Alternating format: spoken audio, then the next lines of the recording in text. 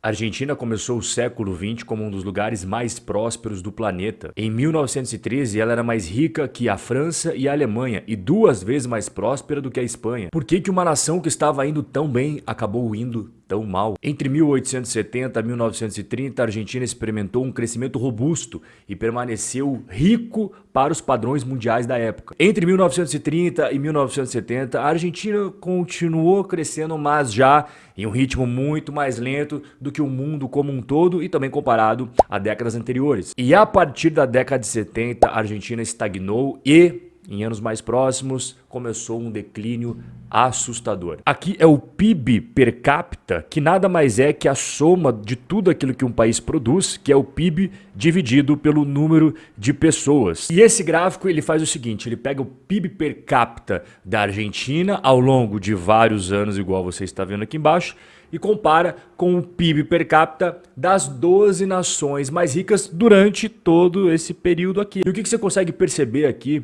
Que aqueles anos de ouro da Argentina era 90% a relação, quase 100% a relação do PIB per capita da Argentina comparado com esses países mais ricos. E olha como foi o declínio ao longo do tempo, é bizarro isso daqui. Mas como que a Argentina saiu de um país rico para um país com um futuro semelhante à Venezuela? O primeiro ponto são as instituições argentinas. A falta de regras estáveis e falta de regras pró-economia não são novidade de agora. A Argentina também é repleta de falta de equilíbrio entre o poder legislativo e o poder judiciário, e as crises políticas também recheiam a história dos hermanos. O caminho da Argentina para a instabilidade institucional começa lá em 1916 com a eleição de Hipólito Yrigoyen. Esta foi uma mudança política dramática que substituiu o Partido Conservador pelo Partido Radical. E os radicais mantiveram o poder entre 1916 até 1930. Em 1930 houve um golpe militar em que derrubaram o Partido Radical do poder. E em 1931 houve eleições, só que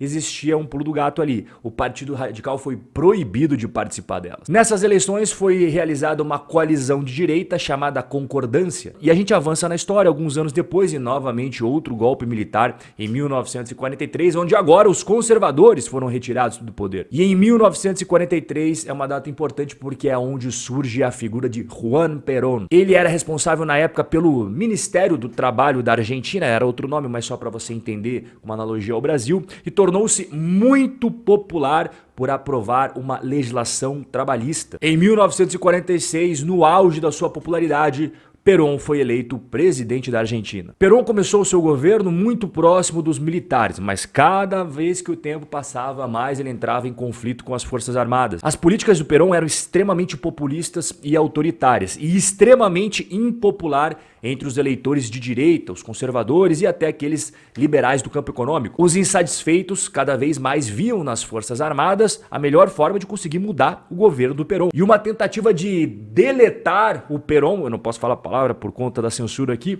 foi realizada um ataque aéreo na Plaza de Mayo, que acabou resultando em 300 pessoas deletadas, mas não o Perón. Só que esse ataque deixou bem claro que o governo do Perón estava extremamente sustentável e ele acabou sendo deposto pelo terceiro golpe militar bem sucedido na Argentina em 1955. Entre 1955 a 1983, a Argentina teve muitos governos eleitos e também muitos governos militares. Ficava oscilando. Político eleito, entrava um comando militar. Político eleito, entrava um comando militar. Só que os sindicatos, que eram muito incentivados pelo Perón, acabaram reduzindo cada vez mais o seu poder nessa época. Então eles se organizaram para criar uma facção chamada Peronismo sem Perón. E a guerrilha urbana chegou a 5.000 membros na década de 70. Praticava deletações de pessoas, sequestros de empresários, intimidação, caos e violência. Em 1975, no auge da crise, os militares começaram a reprimir com cada vez mais força, só que isso só ensejava em mais e mais atos e, consequentemente, mais e mais repressão. Fato é que de 1930 até 1983, a Argentina é um país extremamente instável em suas instituições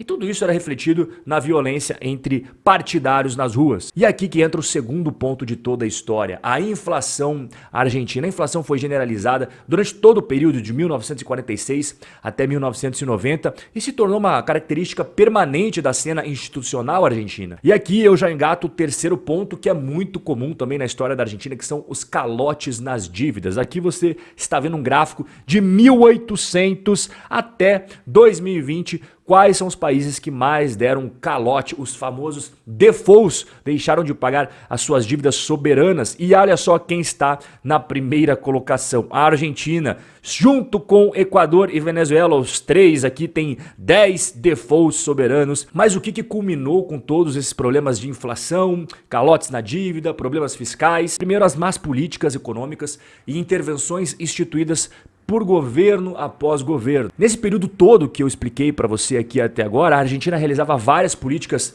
de déficits orçamentários, estímulos à inflação, interferências nas taxas de câmbio. Somado a isso, sempre existiu muitos incentivos perversos dentro da política argentina, protecionismo e também serviços públicos extremamente corruptos e ineficientes. Antes de 1913, a Argentina adotava um modelo completamente diferente do que veio nas décadas seguintes. Ela era, pasme, um modelo de livre mercado. Só que desde então ela foi adotando cada vez mais e mais intervenções dentro da economia através da mão pesada do governo. Em 9 anos de presidência do Perón, a afiliação de trabalhadores em sindicatos chegou a 2,5 milhões de argentinos, ou seja, 43% de todos os trabalhadores argentinos estavam dentro de sindicatos. E dentro dos anos da presidência do Perón, ele também ficou muito famoso por nacionalizar as ferrovias e nacionalizar os bancos. Ele também assumiu o controle do comércio de grãos, aderindo ao protecionismo e ficando de fora do Acordo Geral de Tarifas e Comércios, que possibilita e facilita a negociação global. E após o golpe de 1976, a Argentina foi um pêndulo de políticas econômicas. Eles realizaram abertura no comércio novamente, uma liberalização de vários pontos, vamos voltar ao livre mercado, fluxo de grana dos estrangeiros, só que isso novamente foi desfeito tudo no começo da década de 80. Na década de 90, mais uma vez a Argentina avançou para privatizações, livre mercado, fluxo de capital irrestrito, só que no entanto, de novo, em 2001, o governo mais uma vez mudou o jogo. Realizou uma série de nacionalizações, controle de importações, controle cambial. Em 2001, houve uma crise que proporcionou a desvalorização do peso argentino, o calote na dívida pública e o confisco de depósitos bancários. Está claro que a história da Argentina é um drama repleto de atores importantes, uma sucessão de governos que invariavelmente acabavam escolhendo políticas anti-crescimento econômico, caçada às pessoas mais ricas sob a justificativa de que elas não são produtivas, populismo, instabilidade política, sempre foi o script da Argentina. E a história moderna da Argentina pode-se dizer que começa com Néstor Kirchner no começo do século 21. Você deve se lembrar do Néstor Kirchner. Ele governou na mesma época em que o Lula foi à presidência, inclusive os dois eram bem amigos. Aqui você está vendo o Hugo Chávez, que na época era o presidente da Venezuela, foi tudo nessa mesma época. E o Néstor Kirchner ficou de 2003 até 2007. Depois, quem assumiu o poder foi a mulher dele, a Cristina Kirchner, de 2007 a 2015. E todos eles sempre tiveram a mesma visão, que é a visão que daqui a pouco eu vou mostrar para você o que resultou na Argentina. Se a gente pegar esses 4 presidentes aqui, ou seja, quase aí nos últimos 20 anos, nós apenas tivemos um presidente que era mais liberal do campo da economia. Esses outros 3 sempre tiveram políticas muito parecidas, por sinal, com o Perón. E o resultado acaba sendo isso daqui. Déficit do governo argentino. A Argentina gasta muito mais do que ela ganha. Teve alguns anos que ela conseguiu voltar a melhorar o seu déficit público, mas desde então foi só ladeira abaixo. E como é que faz para você bancar um déficit? Você tem que se endividar e também imprimir dinheiro para pagar suas contas. E imprimir dinheiro a Argentina sabe fazer melhor do que ninguém. Aqui você está vendo